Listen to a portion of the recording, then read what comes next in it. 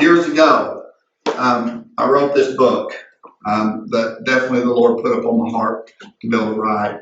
It's my story, but it's the story of the gospel.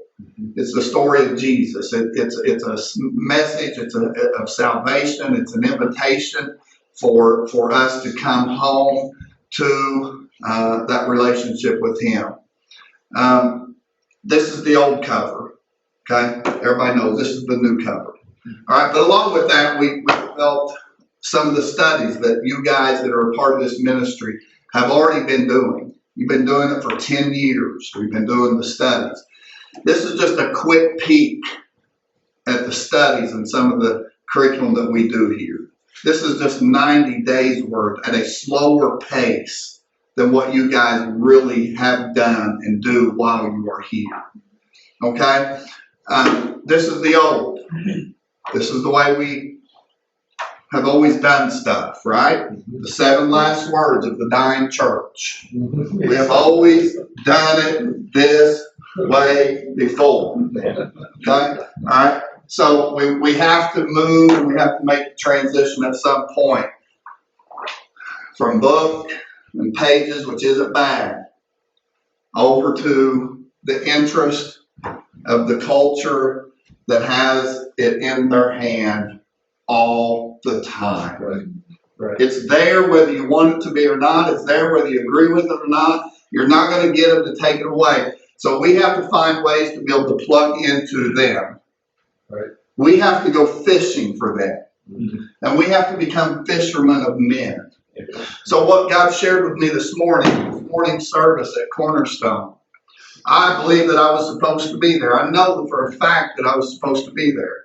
Because where God has had me and my wife and our family in this ministry has been in this place going back to where we first started.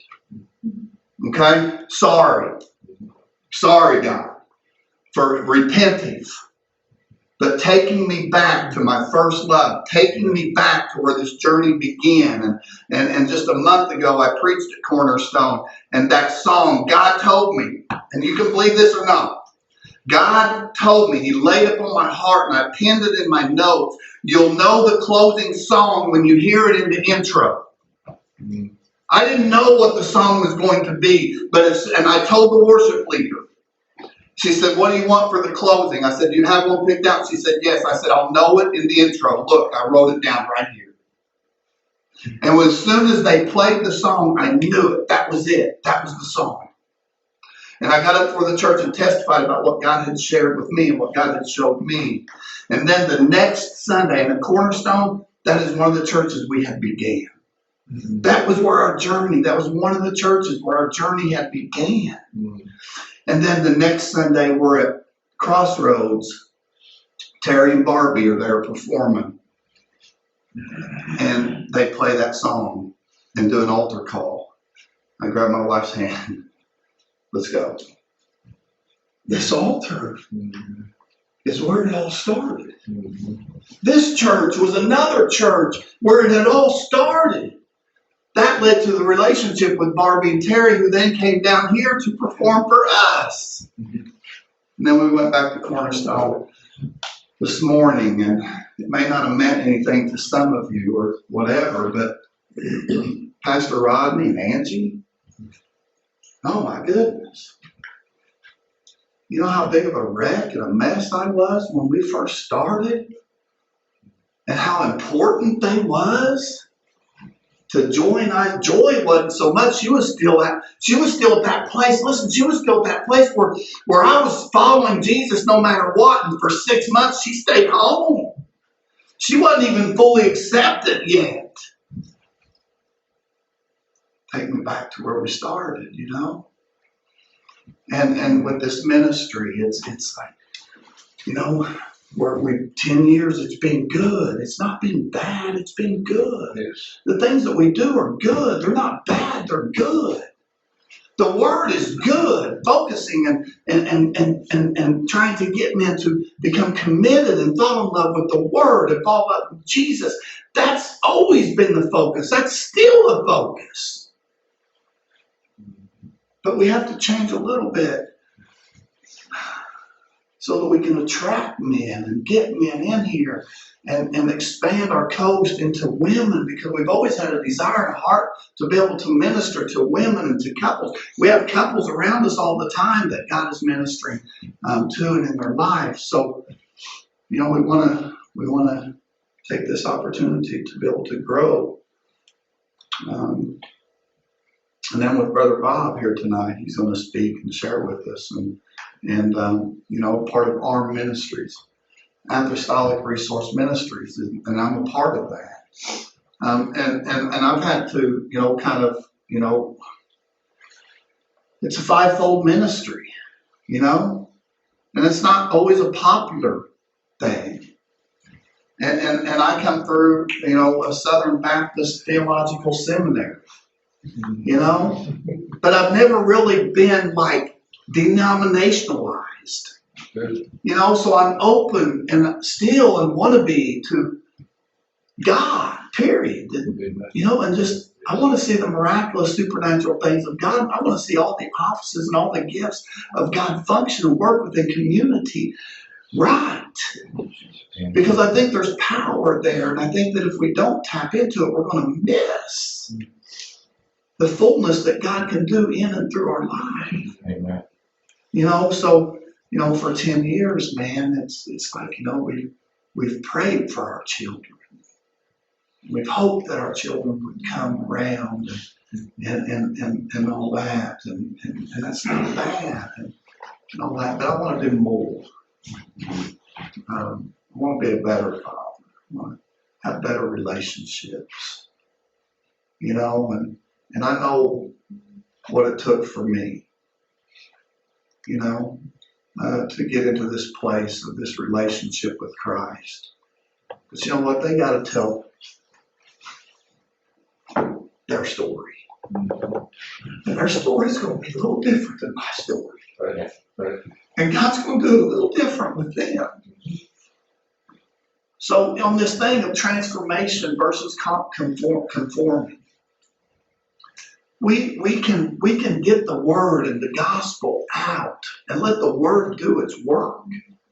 It's the word that's going to make the change. It's the word that's going to make the difference in people's lives, right? So God shared with me this morning, no more conforming. No more conforming. We're not going to rebrand so much. We're not going to restructure so much. We're going to transform. We're not going to ask people to come and be conformed to the image of Christ, but be transformed to the image of Christ, because that's what works. Transformation works, not conforming to. I don't want you to conform to a Baptist theology. I don't want you to conform to a denomination. I don't want you to be conformed to look like a Christian. I want you to be transformed to be like Christ. Amen. I think that's always been our goal. It's always been our mission. It's always been there. But there's this toughness too with, I know what you need, to the point to where it drives us crazy that, people don't accept what we know they need, right? I want it more for you than you want it for yourself. Yeah.